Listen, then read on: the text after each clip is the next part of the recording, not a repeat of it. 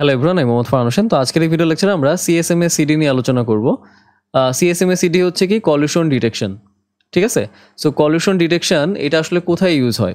হ্যাঁ, এটা ইউজ হয় হচ্ছে আপনার ওয়্যার্ড নেটওয়ার্কে, লাইক এথারনেট, ঠিক আছে। তার মানে যেই ডিভাইসগুলা ওয়্যার্ড নেটওয়ার্কের সাথে কানেক্টেড ওই ডিভাইসগুলোর ক্ষেত্রে হচ্ছে আমরা সিডি নিয়ে আলোচনা করতেছি, মানে ওই ডিভাইসগুলোর জন্য হচ্ছে এটা অ্যাপ্লিকেবল, এই কলিউশন ডিটেকশন, ঠিক আছে। Okay, so CSMA CD is designed to detect and handle collision. এটা কিসের জন্য ডিজাইন করা? ডিটেক্ট করতে হবে এবং হ্যান্ডেল কলিউশন ডিটেক্ট করার জন্য, তাই না? কলিউশন ডিটেক্ট এবং হ্যান্ডেল করার জন্য in a shared wired network, ঠিক আছে। এতক্ষণ এই যে আমরা যেই প্রবলেমগুলো নিয়ে আলোচনা করতেছি গত কয়েকটা লেকচার নিয়ে, সেখানে আমাদের প্রবলেম কী হচ্ছে যে যখন অনেকগুলো ডিভাইস একটা শেয়ার্ড নেটওয়ার্ক চ্যানেলের মধ্যে দিয়ে তাদের ডেটা প্যাকেটকে সেন্ড করতে যাচ্ছে, তখনই আসলে এই প্রবলেমগুলো হচ্ছে, মানে কলিউশন অকার হচ্ছে, তাই না? তো অ্যালোহাতে আমাদের কি প্রবলেম ছিল যে ডেটা প্যাকেট সেন্ড করার আগে দেখতো না যে নেটওয়ার্ক চ্যানেলটা ফ্রি আছে কিনা, বাট সিএসএমএতে কী হচ্ছে যে ডেটা প্যাকেট সেন্ড করার আগে চেক করতেছে যে নেটওয়ার্ক চ্যানেলটা ফ্রি আছে কিনা, যদি ফ্রি থাকে তাইলে তার ডেটাটা সেন্ড করে দিবে। বাট এখানেও দুইটা টাইপ আছে, একটা হচ্ছে সিএসএমএ সিডি, একটা হচ্ছে সিএসএমএ সিএ। তো সিএসএমএ সিডিটা কার জন্য কাজ করে? ওয়্যার্ড নেটওয়ার্কের জন্য, এবং এটা কি কলিউশন ডিটেকশন। এখন এটা কিভাবে কাজ করে? এখানে অনেকগুলো স্টেপ লেখা আছে এবং খুবই ইজি। নর্মালি এক্সামে এটা থিওরিটিক্যাল কনসেপ্ট আকারেই আসে। সো এখানে আমি যে পয়েন্টগুলো লিখে রেখেছি এগুলো আপনারা একটু বুঝলে খুব সুন্দরভাবে লিখতে পারবেন, কোনো সমস্যা নেই। ওকে, আচ্ছা এখন চলেন সিএসএমএ সিডিটা আসলে কীভাবে কাজ করে। এখানে লেখা আছে দেখেন, অবশ্যই কেরিয়ার সেন্স, মানে প্রত্যেকটা device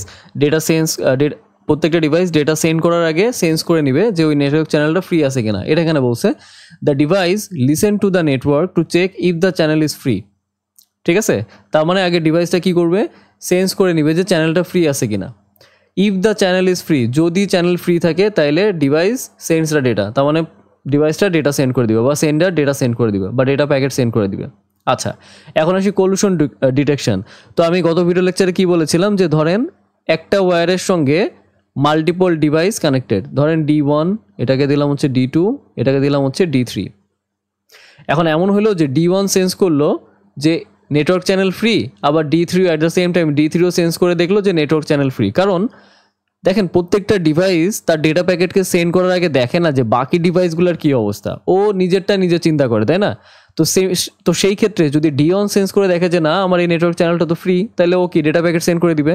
at the same time তো D3ও তো সেই সেন্সটা করতে পারে, তাই না, যে নেটওয়ার্ক চ্যানেল ফ্রি আছে, তাহলে আমিও ডেটাকে সেন্ড করে দিই, তাইলে কি কলিউশন অকার হয়ে যাবে না? এই দুজন যদি একসাথে তাদের ডেটাকে সেন্ড করে তাহলে কি এখানে একটা কলিউশন অকার হবে, তার মানে কি ডেটা লস্ট হয়ে যাবে। তো সেটাই এখানে বলতেছে যে এই কলিউশনটা কীভাবে ডিটেক্ট করে।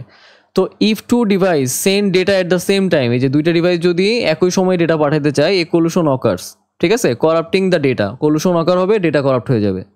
এরপরে কি হবে? Jam signal, the devices detect the collision. এই যে দুইটা ডিভাইস কি করবে? ওরা হচ্ছে কলিউশন ডিটেক্ট করবে and send A jam signal to notify all other devices that a collision has হ্যাপেন্ডেড। তার মানে কি একটা জ্যাম সিগন্যাল এখানে কি করবে? যে সেন্ড করবে এবং নোটিফাই করবে হচ্ছে প্রত্যেকটা ডিভাইসকে যে এখানে কিন্তু কলিউশন অকার হয়েছে।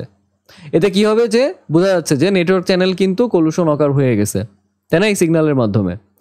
এরপরে কি? এরপরে পরিত্রাণ কি? যে ব্যাক অফ টাইম, ঠিক আছে। The devices stop transmitting and wait for a random amount of time. তার মানে ডিভাইসগুলো কি করবে?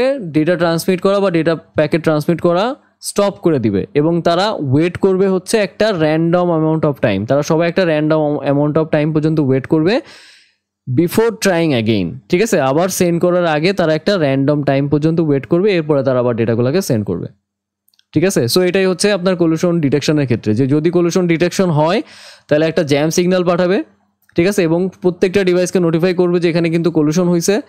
এরপরে সবাই কি করবে? যে ট্রান্সমিট করা স্টপ করে দিবে এবং একটা র্যান্ডম অ্যামাউন্ট অফ টাইম পর্যন্ত ওয়েট করবে আবার সেন্ড করার আগে, ঠিক আছে। এরপরে কি বলছে? রিট্রাই ট্রান্সমিশন আফটার ওয়েটিং, হ্যাঁ, ওয়েট করার পরে they start the process again from step 1। এরপরে তারা আবার এই সেম প্রসেসটা কন্টিনিউ করতে পারে স্টেপ 1 থেকে, ঠিক আছে। তো এটাই ছিল মূলত হচ্ছে আপনার কলিউশন ডিটেকশনের ক্ষেত্রে সিএসএম এর জন্য। তো আশা করি আপনারা সবাই বুঝতে পেরেছেন। এরপর যদি আপনাদের কোনো প্রবলেম থেকে থাকে আপনারা আমাকে মেল করতে পারেন, আমি অবশ্যই মেল ব্যাক করার চেষ্টা করবো। ধন্যবাদ সবাইকে।